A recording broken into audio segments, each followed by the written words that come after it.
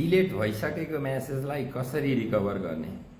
Video अलि लामो प्रोसेसिङमा छ, अन्तिमसम्म हेर्नु होला है त।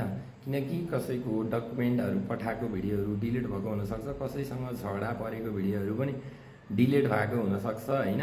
त्यो प्रुफको लागि निकाल्नु पर्ने हुन्छ। यदि हजुरहरूलाई थाहा छैन भने यो भिडियो अन्तिमसम्म हेर्नु होला है त। सर्वप्रथम हजुरहरूले यसरी आफ्नो टिकटकलाई ओपन गर्नुहोस्।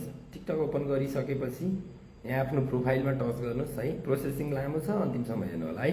त्यसपछि माथि 3 डटमा क्लिक गर्नुहोस्। त्यसपछि सेटिङ एन्ड प्राइभेसीमा जानुहोस् है। सेटिङ एन्ड प्राइभेसीमा गएपछि तल यहाँ अकाउन्ट छ, अकाउन्टमा चाहिँ क्लिक गर्नुहोस् है। अनि यहाँ तल हेर्नु त download your data, download your डाटामा जानुहोस्, त्यहाँ क्लिक गर्नुहोस्।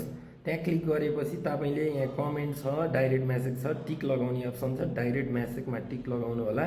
रिक्वेस्ट डाटा गर्नुहोस् है।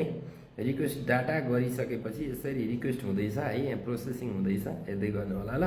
सर 2026 कहिलेसम्मको चाहिएको होला सर, रिक्वेस्टिङ हुँदैछ।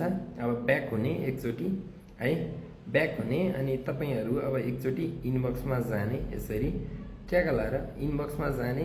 यहाँ रिक्वेस्टमा आउँदैछ एक्टिभिटी सिस्टमभित्र होइन, अकाउन्टभित्र अकाउन्ट अपडेटमा ट्याग आउँदैछ सिस्टम नोटिफिकेसनमा।